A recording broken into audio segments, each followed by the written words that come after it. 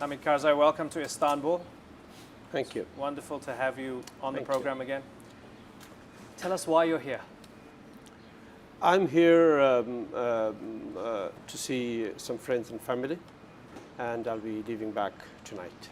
Now, when we were looking at your schedule over the past few months, you would forgive us for thinking when we saw former President of Afghanistan, Hamid Karzai, going to Russia, former President of Afghanistan, Hamid Karzai, going to China, former President of Afghanistan, Hamid Karzai, coming to Turkey, having meetings.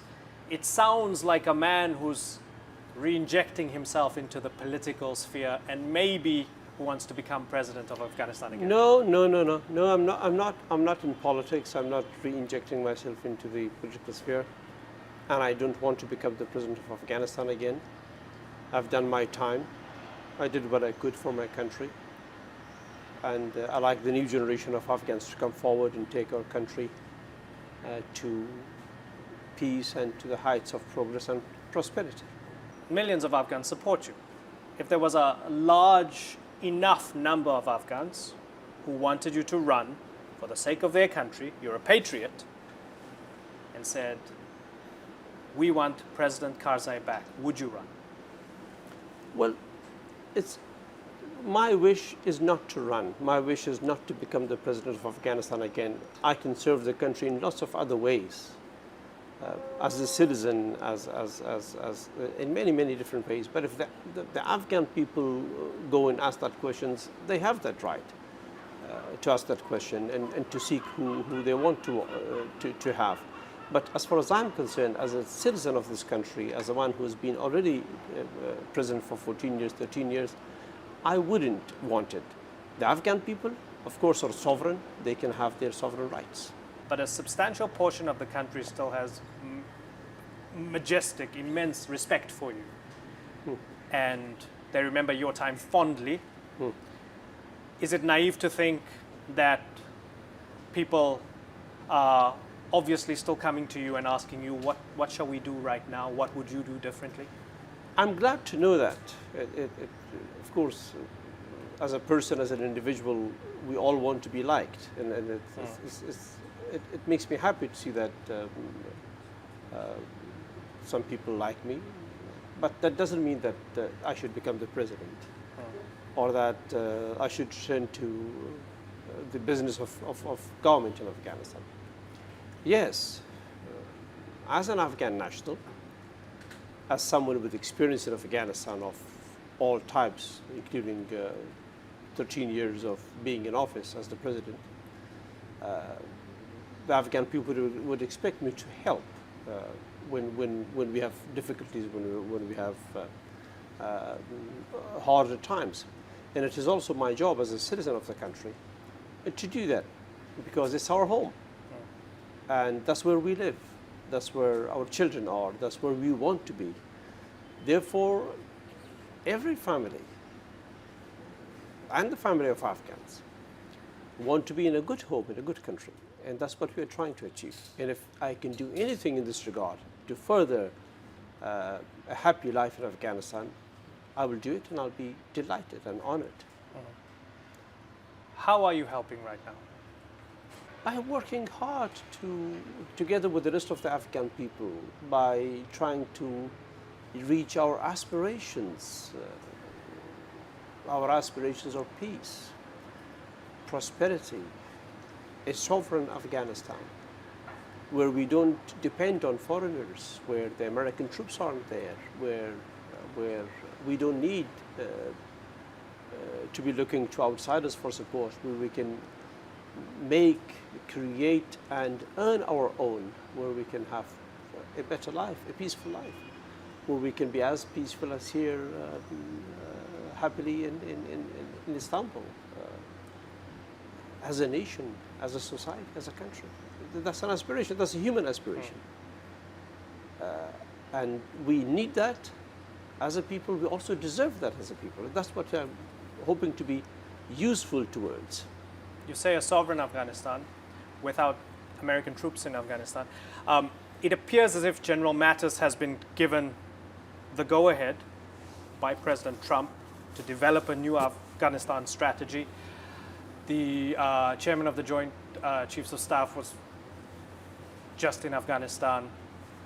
They seem to want another troop surge to take the American troops from about 8,400 to over 10,000. They want to inject a few more thousand American troops. It sounds reasonable, doesn't it? I mean, bombs are blowing up in Kabul, in Helmand, all over the place. When the Americans came in after September 11, many, a great majority of the Afghan people welcomed them. And we joined hands with them. And that brought the immediate success that we had. And in certain areas, in the improvement of the economy, in the improvement of education, of all sorts of improvements in our life, the Americans, our neighbors, the rest of the world joined hands, and we were successful, and we are thankful for that. But the fundamental area, which was the reason for the US to come to Afghanistan after September 11, the fight against extremism and terrorism and bringing security to Afghanistan, the American enterprise, the American action failed. Failed because, in our view, of the mistakes that they made. They ignored the sanctuaries outside of Afghanistan, beyond Afghanistan. They attacked Afghan villages. They attacked Afghan people. They created prisons in Afghanistan. They did all sorts of wrong in Afghanistan, which led to their failure. Today, Afghanistan is much less secure, much more in trouble in terms of lack of security than you could have ever imagined. And in the presence of the US forces in Afghanistan, extremism increased, violence increased. Even Daesh emerged under their wings, under the wings of the Americans in Afghanistan, of their presence in Afghanistan. So I don't believe that any increase in US troops in Afghanistan is going to help end violence. They were there, violence kept increasing. No, it is the US strategy that should change. It is the US thinking, if they are sincere in fighting extremism. I must underline this. You think they're not sincere? No, I don't think at all. If they are sincere in fighting extremism, if that's really the reason they have come to Afghanistan for, then they must change their strategy. They bombed and killed more than 90 Daesh fighters in Nangarhar very recently. Doesn't that show sincerity? That does not. That shows the opposite. They came to test their bomb. Why would they use on a cave that had no people in it, even if they killed 90 people? That doesn't give them the right to come and use the biggest of their nuclear bomb on Afghanistan. They call it the mother of all bombs. We don't like to call it the mother of all bombs. Mother is a very kind being. Mm-hmm. Mother gives life. It doesn't take life away. And the Americans call it, not the American people, the American government. So let's call it the biggest non-nuclear bomb or the deadliest non-nuclear bomb. They, in my view, used it to test it, and which is wrong. They cannot use a bomb against a country that they call ally. And it didn't help because within a few weeks, Daesh was expanding and they took the mountains of Tora Bora. So obviously, even if that was the purpose, even if they genuinely wanted to destroy Daesh, it didn't help. Therefore, the military action, bombs, detonating bombs, arresting people, creating prisons, interfering in our country, in our democracy, in our way of life, will not help them advance any cause of theirs. They better not send more troops. They better sit down with the Afghan people for a new compact on the manner of their prisons, on the conduct of their prisons, and they better also very much sit down with the global powers and the countries in the region to recreate an environment of cooperation rather than one of confrontation, which is what we have now, unfortunately. I mean, Russia, China, Iran, even Pakistan. The Americans should sit down with and have a cooperative environment rather than one of competition, and especially where they use Afghanistan as the ground for that competition. That is hurtful to us, and we don't want it. The great game. The return of great game, in a way, yes. When I read your comments on Daesh and America, where you said that you make no distinction between Daesh and America, I thought you were misquoted. That was the Voice of America in April. I wasn't misquoted, no. That's what I Can felt. you genuinely tell me, morally, in terms of intention, in terms of the very kind of organizational structure and chain of command and how attacks happen, how politics plays out, can you genuinely tell me there's no difference between Daesh and America? Extremism, including Daesh, some increased under the US presidency of Afghanistan, during the US presidency of Afghanistan, some were created in Afghanistan, in the US presidency, during the US presidency. Daesh was created there. When it arrived, it brutally went into villages, killed people, hurt our identity, tried to destroy our identity, drove people away from their homes. They committed unbelievable atrocity against the Afghan people. The US was there. Daesh emerged first in Nangarhar, in Shinwar district of Nangarhar.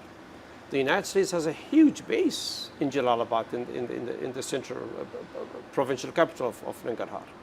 They kept watching it, while the Afghan people kept coming to us and complaining of how Daesh was behaving and doing things. So they knew, but they did nothing. They not only knew, they watched. At what point does watching become supporting? And from the very beginning, when you are there with the intention to fight it, but then a deadly terroristic organization like that emerges, and you watch it and do nothing. In addition to that, more than that, people reported that helicopters were coming and dropping supplies and To bringing Daesh. to those groups emerging there. Yes, so it's the Afghan people that saw all that activity, neglect and support both. So Americans dropped supplies to Daesh? They didn't say the Americans supplied to Daesh. They said helicopters came. Now, Who do you think now that's the had question. those helicopters? That's the question. Our airspace is in American hands. They have the radar, they have the airplanes, they have the entire airspace. We don't own our airspace. The Americans own the airspace.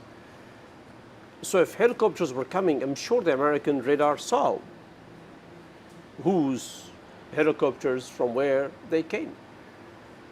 And if they allowed those, if they were non-NATO, non-American helicopters, it belonged to someone. How come the US allowed it? And if they didn't stop it, that means they allowed it and they supported it. So they cannot tell the Afghan people that they didn't know. The airspace is in their hands, the communication is in their hands, the area is under their complete, absolute surveillance. There is no way that they can excuse themselves or offer excuses in this regard. No, we don't believe it, and they are to blame. To an American who would watch this and say, we sacrificed thousands of our soldiers Sorry for to that. defend Afghanistan Yes. and to bring about a semblance of democracy to this shaky country. We helped bring you, Mr. Karzai, to the Yes. presidency, Yes. and now you're saying we're just like ISIS. How dare you? Yes, well, I dare very much, because I'm right. They came, they supported us, we welcomed them. A doctor comes to you and says, I want to treat you. And then he gives you the wrong medicine. Do you continue with him? You don't. He gives you the wrong treatment, or he hurts you further. You don't. We are grateful to the American people for their taxpayers' money. They're great people. They have helped Afghanistan in many ways. We are very, very grateful. We commiserate with the American families who have lost their children, their young men and women, very much. They're not to blame. They've sacrificed. It is the American government and their policy that I stand against. Not the American people, not their help to Afghanistan, where it has been effective. We are grateful for that. It's the US government and their policies in Afghanistan that are counterproductive. Democracy was our own doing, not the American doing. We went and voted them. The Afghan people wanted it. The US government interfered in our democracy. Look at the mess we have today. Was there a moment for you when it changed? You were an ally, Yes. and then you're not now. There was a moment. There was a moment when they began to cause civilian casualties, and when they ignored the sanctuaries beyond Afghanistan in our neighbors in Pakistan. And we kept telling them repeatedly that there are sanctuaries, that they are being trained and sent against us. They ignored it. And they kept bombing the Afghan people, causing civilian casualties, massive civilian casualties to our people. Initially, I would very respectfully, behind closed doors, tell them that that's wrong. Don't do that. Don't ignore the sanctuaries in Pakistan and stop killing our people. They would just not listen to us. They would consider as if we didn't matter as a nation, as a people. After a year of quietly telling them to change their behavior, to change their politics, to change their policies in Afghanistan, then I had to start publicly to speak and to criticize them and to go against them. And that was in 2005.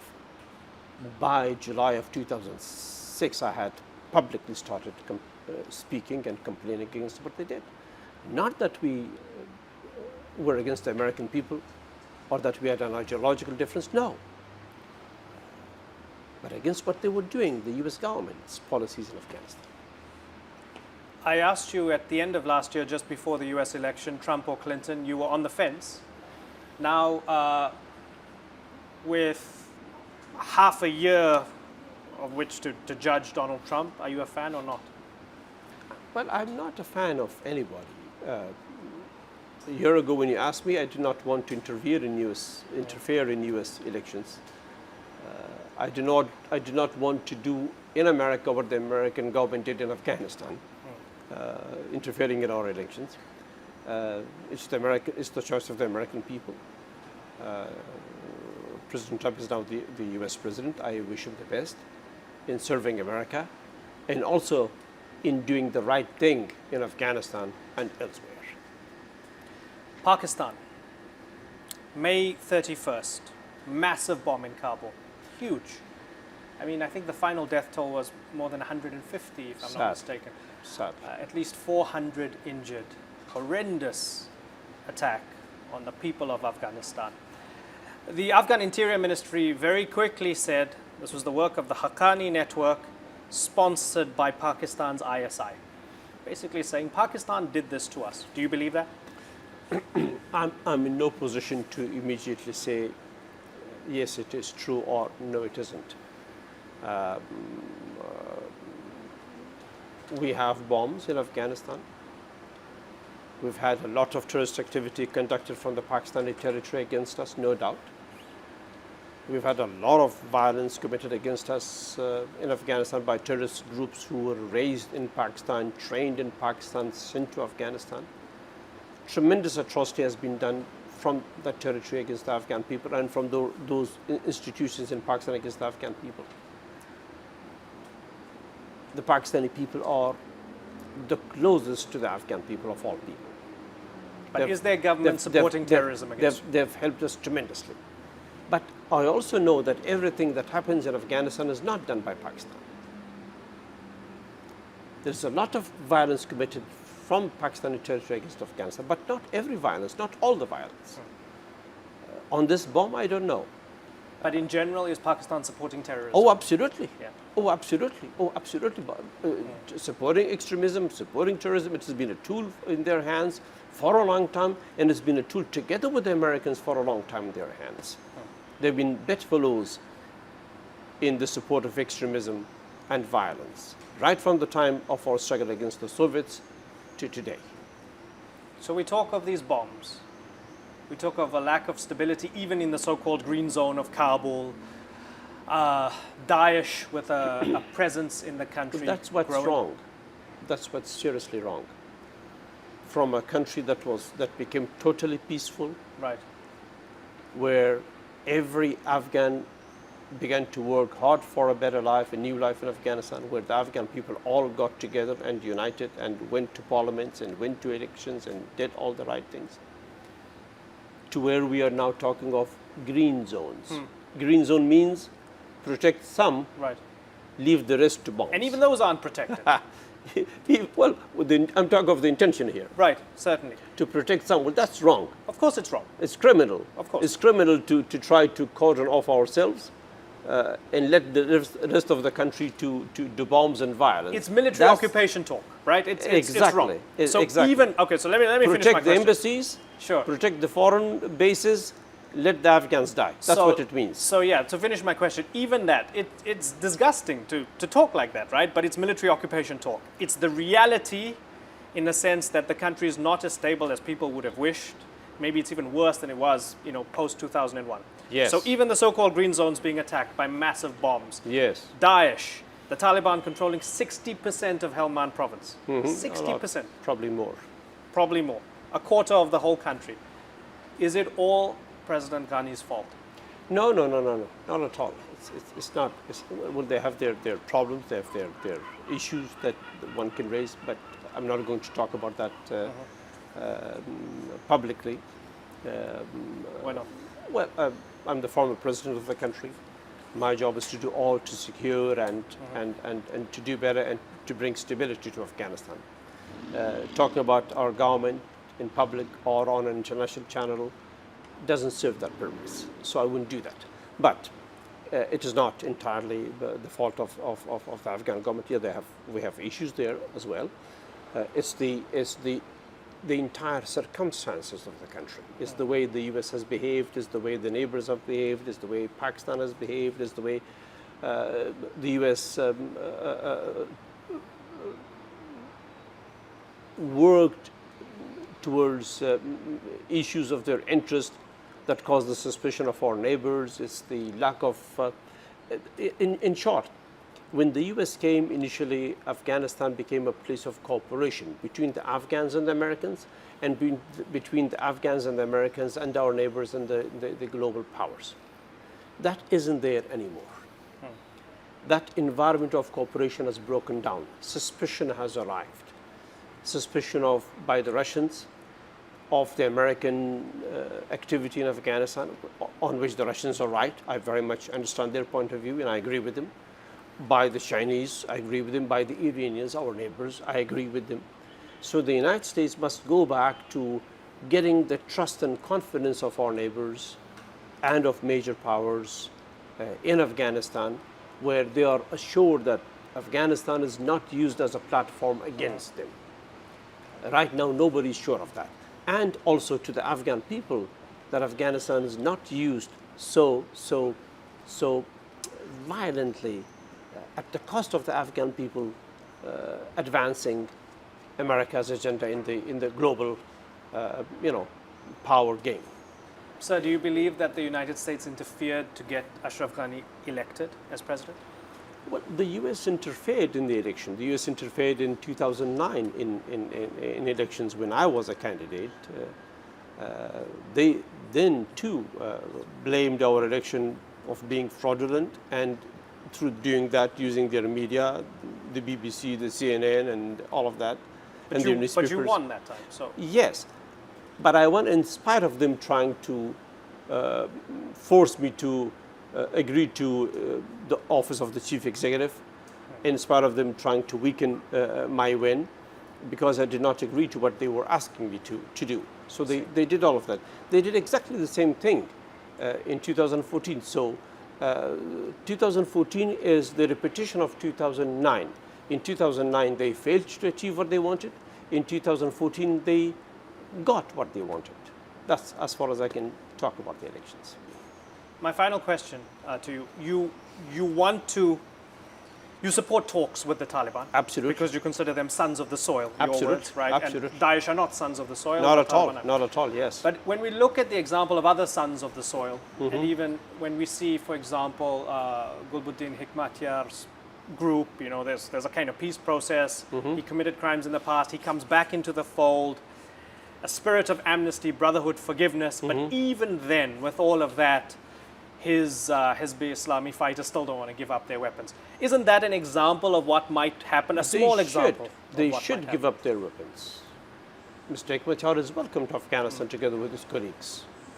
Welcome to participate in strengthening peace in Afghanistan and bringing total peace to Afghanistan and in democratic politics of the country. They have all the rights as all other citizens of Afghanistan. But that cannot be done with guns. They must give up their guns if they still have any guns with them. Everybody should do that. The guns should be only held by the Afghan police and the Afghan army. One for the protection of the country, the army, the other for law and order in the country. So that is clearly the rule, and that should happen. If they don't want to give up their guns, what's the likelihood of the Taliban giving up their guns? Everybody should. If they are Afghans, if they have Afghan interest in mind, they should. Holding a gun is working for someone else. They shouldn't. Hamid Karzai, pleasure talking to you. Thank you very Good much. to talk to you. Good to talk to you. Lovely, lovely. Good conversation.